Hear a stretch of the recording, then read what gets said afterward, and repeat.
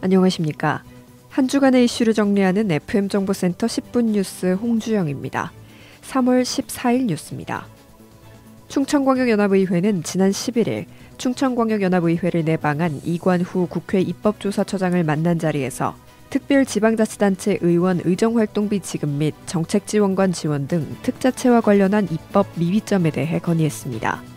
이날 충청광역연합의회 이재만 사무처장은 의원들이 소속 시도의회 의정활동 외에 특자체만의 초광역적 사안을 적극적으로 추진할 수 있도록 의정활동 수행 경비 지원에 대한 지방자치법 개정 검토를 적극 요청하는 한편 현재 특자체 의원의 경우 정책 지원 전문 인력의 부재로 전문적인 입법 및 정책 검토 지원이 제한적이라는 문제점도 건의했습니다. 충청광역연합의회 노금식 의장은 특자체 의회의 특성상 초광역적 정책을 개발 및 심의해야 하기 때문에 고도의 정책 전문성이 요구되나 현재 의정활동비 및 정책지원 전문 인력 부재로 충분한 동기부여가 되고 있지 않다며 특자체 출범 취지에 부응하는 초광역의회의 역할과 기능을 제대로 수행하기 위해서는 이러한 입법적 미비점이 조속한 시일 내에 개선돼야 한다고 강조했습니다.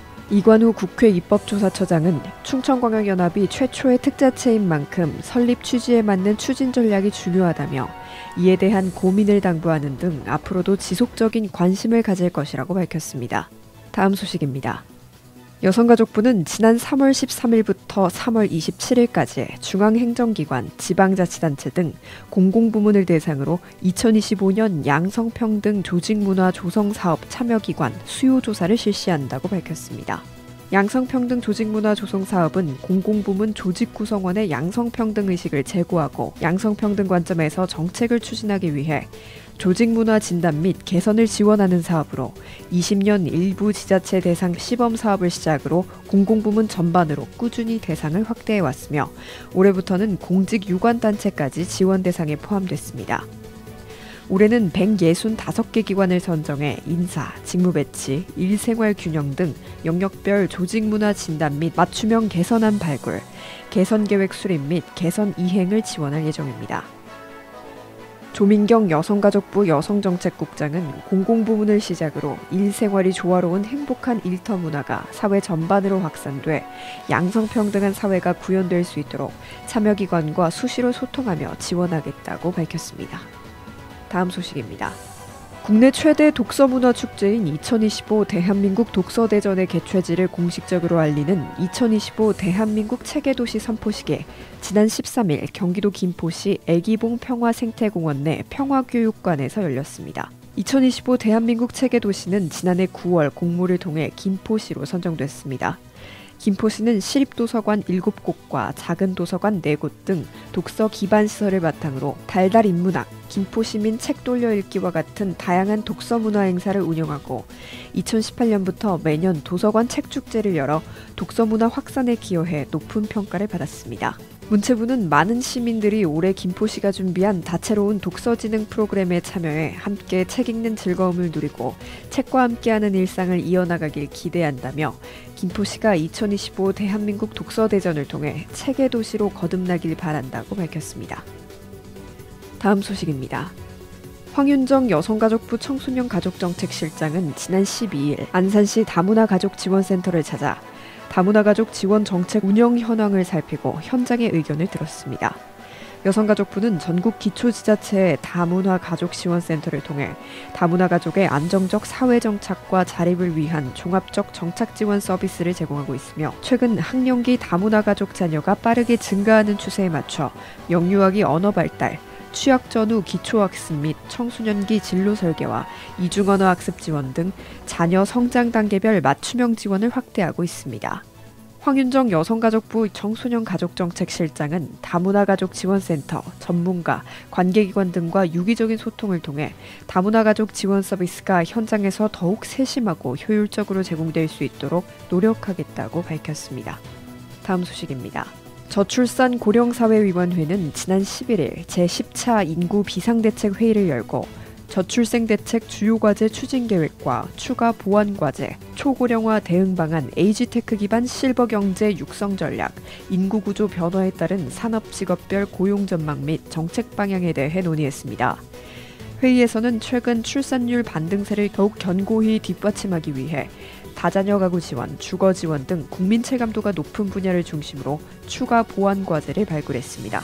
특히 다자녀 가구에 대한 생활 밀착형 혜택을 더욱 강화하고 주거 분야에서는 공공 분야 임대주택을 중심으로 출산 가구와 자녀 양육 가정을 더욱 우대하고 임대주택 입주 시 결혼에 따른 불이익이 발생하지 않도록 맞벌이 소득 기준을 상향하거나 신설하기로 했습니다. 또한 육아휴직 사용 확대 과제에 이어 건강한 임신 및 난임 부부 지원 강화, 아이돌봄 서비스 확대를 위한 부처별 추진 계획을 집중 점검했습니다. 주형환 부위원장은 앞으로도 계속해서 다자녀 가구 등을 우대하는 문화를 더욱 확산시키기 위해 제도나 관행을 꾸준하게 고쳐나갈 것이라며 남아있는 결혼 페널티 관련 부분은 주거 분야 외에도 세제, 금융, 복지 등 여타 분야에서도 계속 찾아 고쳐나갈 것이라고 강조했습니다. 또 초고령화 대응을 위한 에이지테크 육성과 관련해 민관 얼라이언스 구축을 지원하고 초기 시장 창출을 위해 규제 완화, 자금 지원 및 장기 요양급여 확대 등을 지속 추진하겠다고 밝혔습니다. 이어지는 소식입니다. 문화체육관광부와 한국관광공사는 오는 21일까지 2025 열린여행주간 특별 프로모션에 참여할 기업을 모집합니다. 2025 열린여행주간은 4월 20일 장애인의 날과 봄여행 시즌을 맞이해 무장애 관광을 활성화하고 관광 취약계층의 여행 접근성을 높이고자 마련됐습니다. 해당 기간에는 열린여행 특별 프로모션, 열린여행 홍보 전시, 국민참여 나눔여행, 무장애 여행 상품 운영 등 다양한 이벤트가 준비됐습니다. 이와 관련해 공사는 열린관광 특별 프로모션을 통해 혜택을 제공할 기업을 모집하고 있습니다. 모집 분야는 열린 관광지, 장애인 객실을 운영하는 호텔 및 리조트, 무장애 여행 콘텐츠 등입니다. 공사는 이번 프로모션에 참여한 기업을 열린관광 누리집과 SNS 채널에 소개해 적극 홍보할 계획입니다. 참여를 원하는 기업은 열린관광 모두의 여행 누리집에서 신청할 수 있습니다. 공사 문지영 열린관광 파트장은 열린여행주간은 장애인을 포함한 모든 여행객이 편안하고 즐거운 여행을 경험할 수 있도록 지원하는 특별한 행사라며 무장애 관광 활성화를 위한 뜻깊은 행사에 동참할 기업에 많은 관심과 적극적인 참여를 부탁드린다고 전했습니다. 다음 소식입니다. 김형렬 행복청장은 지난 11일 행복도시 어진동에서 열린 대한전문건설협회 세종센터 개소식에 참석했습니다. 현재 행복도시에는 중앙행정기관 43개 및 공공기관 10개 등이 이전한 상황으로 국가행정의 중심지로서 행복도시의 입지가 강화됨에 따라 행복청은 협회 및 유관기관의 입주도 지속 추진하고 있습니다. 특히 지난해에는 4월 신용보증재단 중앙회가 나성동에, 8월 한국경제 세종 스튜디오가 어진동에 문을 열었고 12월에 한국농어촌공사가 나성동 입주 계획을 확정했습니다. 행복청은 금번 대한전문건설협회 세종센터 입주 등 업무시설이 증가함에 따라 도시 내 상가 공실 문제 해소 등 다양한 경제 효과를 기대하고 있습니다. 김형렬 청장은 개소식 축사를 통해 전문 건설가들의 모임인 대한전문건설협회가 행복도시 건설 사업의 성공에 적극적으로 기여해 줄 것을 기대한다고 밝혔습니다. 이상으로 FM정보센터 10분 뉴스를 마칩니다. 홍주영이었습니다. 고맙습니다.